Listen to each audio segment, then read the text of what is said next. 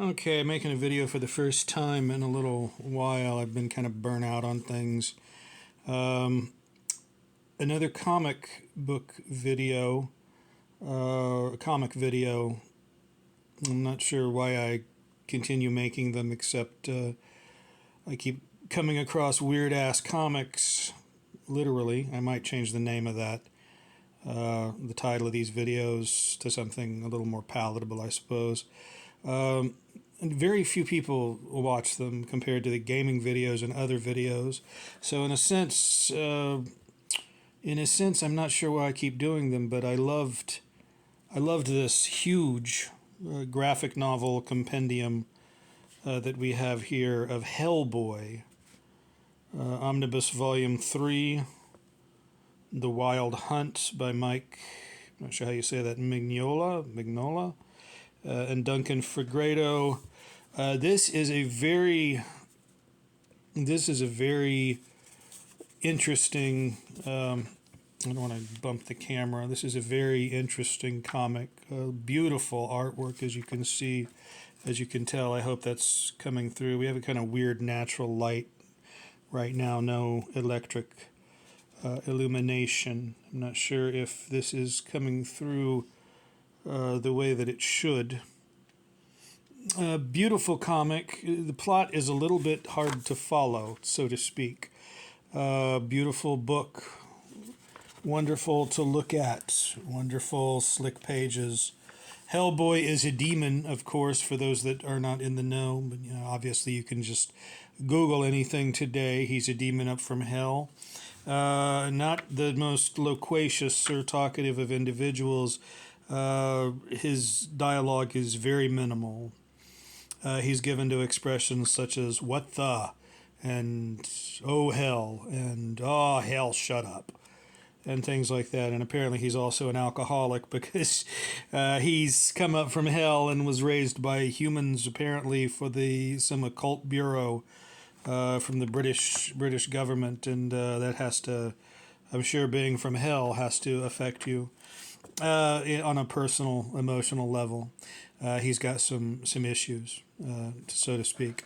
But he's a wonderful character. He's got a kind of a lantern-jawed, grim-faced, cartoony character with a tail, huge, sort of huge robotic arm, and those weird sort of goggle things that I thought were originally, like if you see him right there, those weird sort of goggle things that I thought were originally old-fashioned aviator glasses, but I suppose actually they're where his horns were removed, and those are the caps or something on the where his horns were removed. But he has a very distinct red and demonic dour look, lugubrious for a comic character, a comic superhero.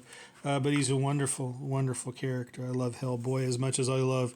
There he is. There's a good picture of him right there, grim and sort of truculent. Um, just a wonderful character. I love him almost as much as I love Neil Gaiman's The Sandman. This book is incredible. It begins with a huge, huge prologue wherein a mole on Hellboy's arm grows into a demon and then sort of rips him apart and flies him through the air. And that's revealed to be simply an illusion or a drunken dream. And then we start in on his battle with Koloshai, a Russian spirit that comes back to fight with him over an extended period combat sequence fight that goes on and on. This is at the behest of the Baba Yaga.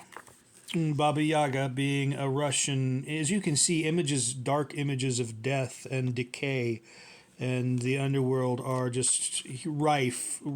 They're completely the biggest, I believe, the biggest part of the book. Really, I wish that this could be a bit more. They're really the biggest part of the book. The Baba Yaga is you can Google, but it's a Russian uh, mythological folklore character that flies around in a mortar and pestle and is a hideous old crone and responsible for much evil. There is, I believe that's Koloshai who he fights with. But that's not really the whole book, because then that is simply the prologue after he defeats Shia. Not sure how to say it. After he defeats that demon, we find out that Hellboy is actually a descendant of King Arthur. There's the Baba Yaga right there. There's Baba Yaga. But getting back to it, we find out that in the main part of the book, Hellboy is a descendant of King Arthur, that he should claim Excalibur to release an army of dead English knights, come back from the grave as the army of living dead knights. And what that's going to do is prevent the witch Nimu.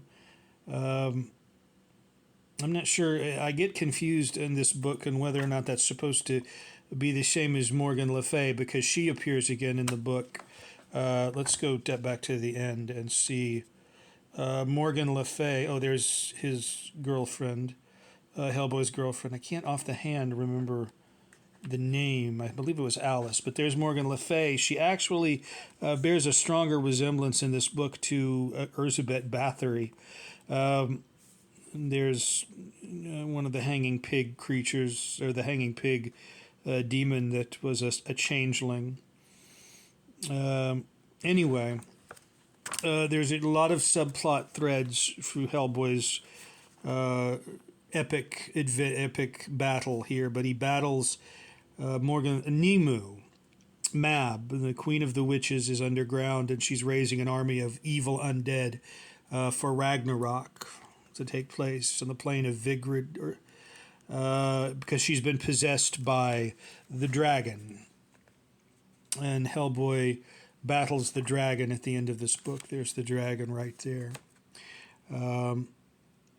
Just so good stuff. Incredible. And that's going to, her army she's raising is to wipe mankind off the face of the earth for Ragnarok, for the final battle, apocalypse. And it shows cities and villages and towns burning as Hellboy battles the dragon. And it keeps telling him to shut the hell up. And then finally, well, we don't want to give away where the wild hunt finally goes.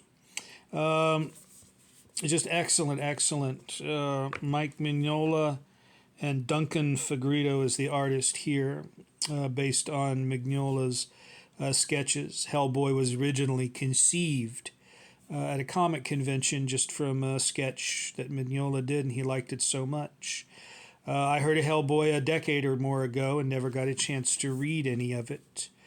But seriously, always wanted to, and finding this graphic novel omnibus volume 3 at the public library here, and taking my time to read it and just absorb this beautiful images here. The beautiful medieval and horror and gothic images, and so much of the death images, as they are just replete throughout this book. The images of death and decay are just astounding.